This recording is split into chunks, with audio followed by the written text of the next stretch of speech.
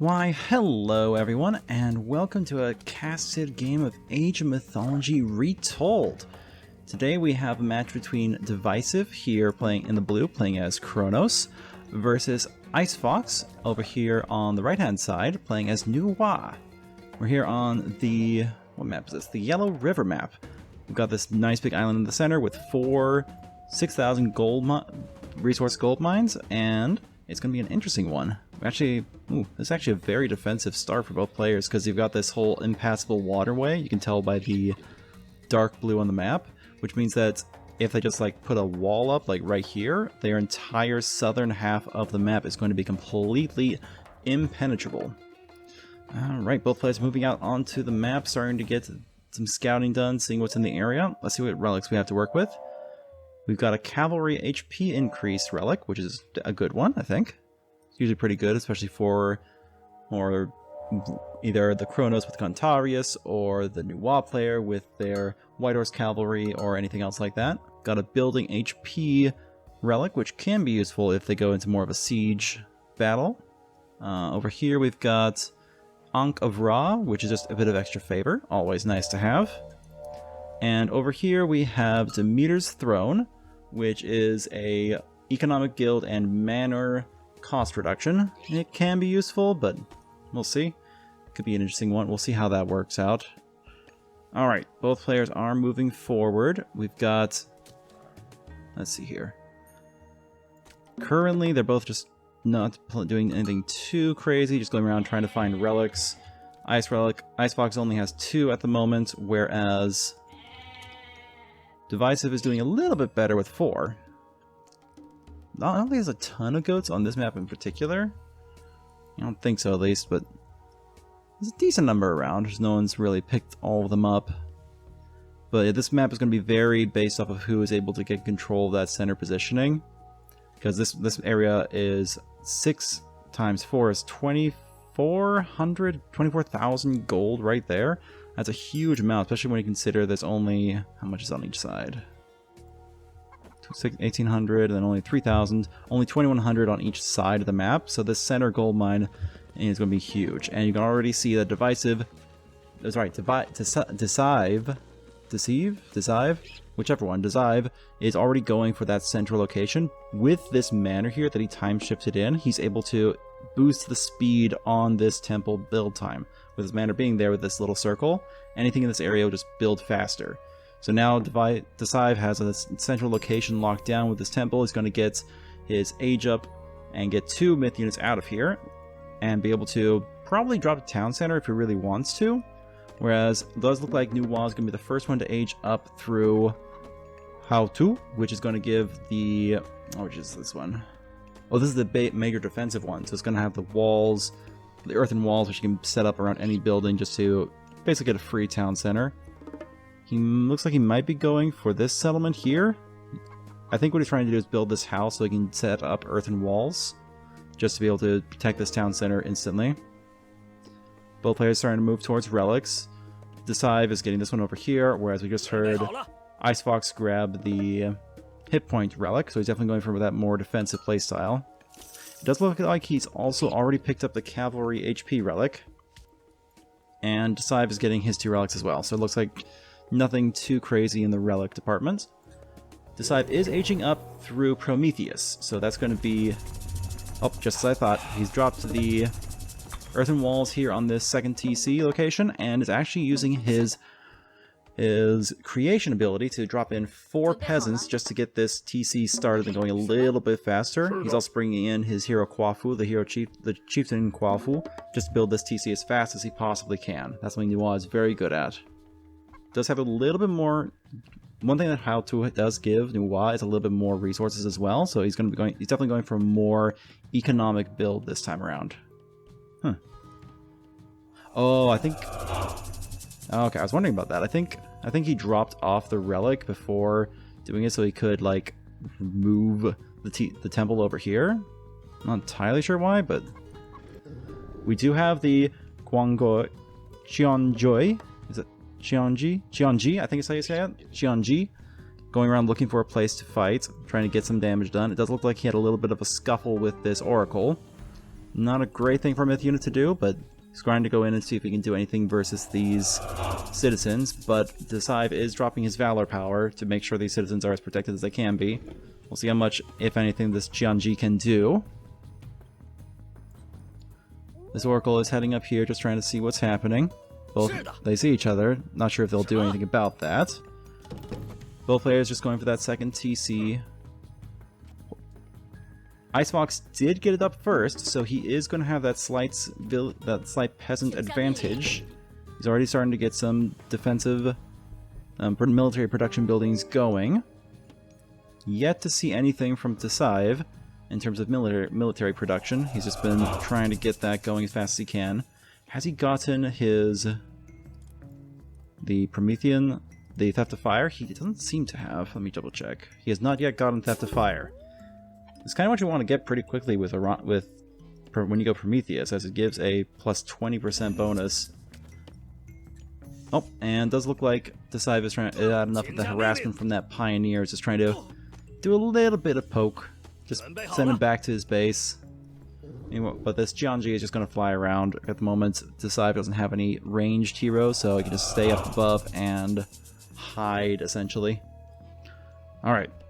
In the meantime, it does look like Icebox is definitely going for a very defensive playstyle here, even though he does have the advantage with the Machine Workshop being up first, whereas Icebox really doesn't have any military production yet. They're both just going for a very economical game. Let's see here. Oh, in case you were wondering, this one here, this Creator's Auspice through Nuwa, basically increases building HP and peasant food, and decreases peasant food cost over time. Currently, it depends on how much favor is generated, so soon that'll be there. Oh, we have a little bit of a Promethean raid coming in. It does look like they managed to pick up one peasant, but it does break apart that one Promethean. Don't know if it's going to be worthwhile for Deceive to stick around with that Pioneer there.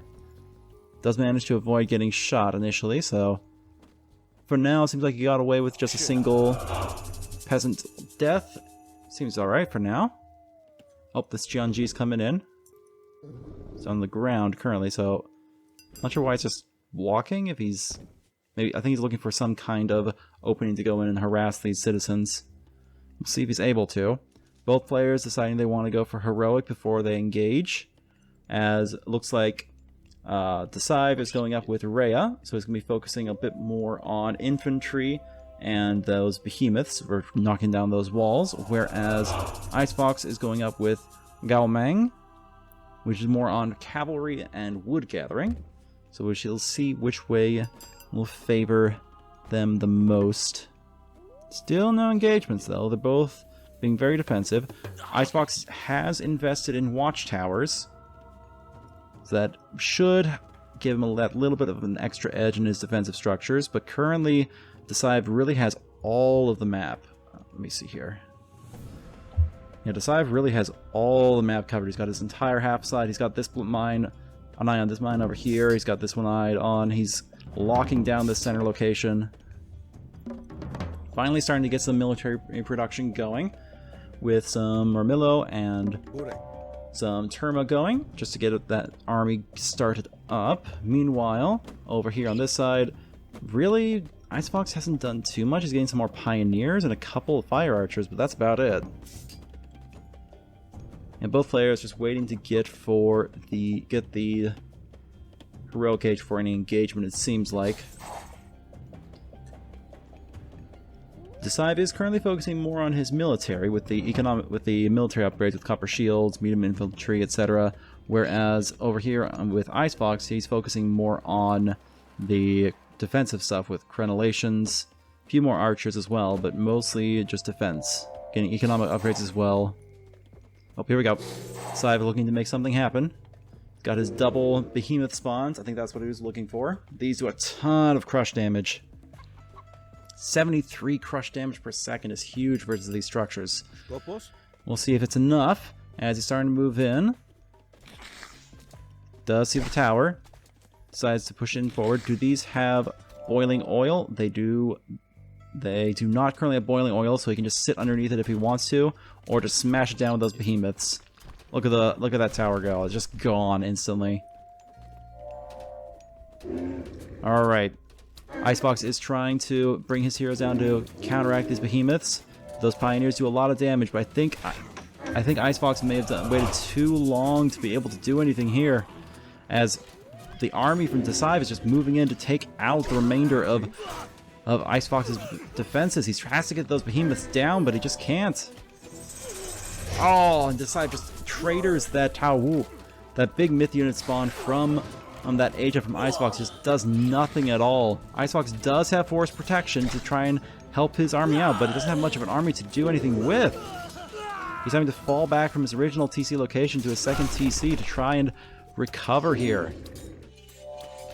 This entire forward location just lost for Icebox, as that timing was just too strong for Deceive. Icebox had no way of countering that, I don't think. He's trying to get something up here, trying to make something work, getting some Dao Swordsmen out, trying to group all of his peasants and Kuaofu back. The wall has fallen. There's now a breach in the wall, but Icebox does have the Jiang hung out, so that's going to do a lot of damage versus those behemoths. It's mostly pierce, though. The divine damage will help, but it's not going to die very quickly. These behemoths are going to be able to do a lot of pain to Icebox's infrastructure. And see that one behemoth falling back, trying to stay alive. And Deceive's army is moving in. There goes the force protection, trying to just keep things alive. What this will do is every couple seconds it will attack, essentially, and brute an enemy in place, doing some divine damage. Trying to get these peasants out. Trying to stay on this side of the wall so that he can at least get something done there. Oh, this Jiang, even though it's a lot of damage and a big multiplier, it's not able to do a ton against this just because of all that pierce armor these behemoths have. In the back of this, with this advantage, Deceive is going up through Atlas for that implode, just to try and finish off this match. Oh, this is brutal for Icebox. That timing attack from the Kronos Player was just too much, it seems. As the buildings and everything else are falling left, right, and center, Icebox is trying to get a ballet up just to add that little bit of extra protection versus these units, but will it be enough? I don't know.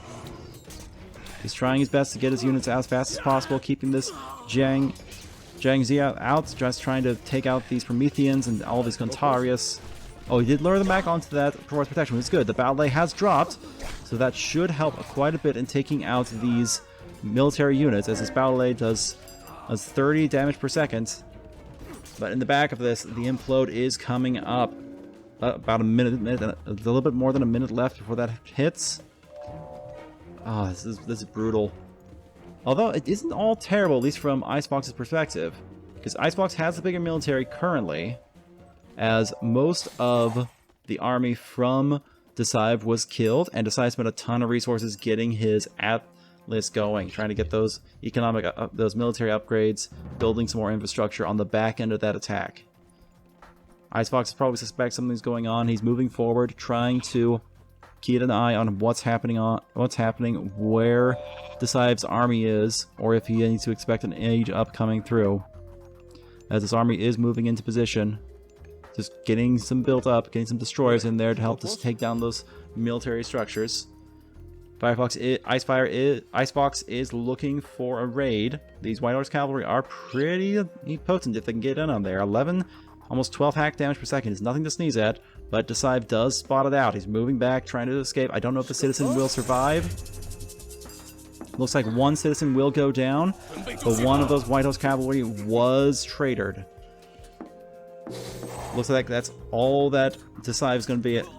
Icebox is able to get from that raid. Excuse me.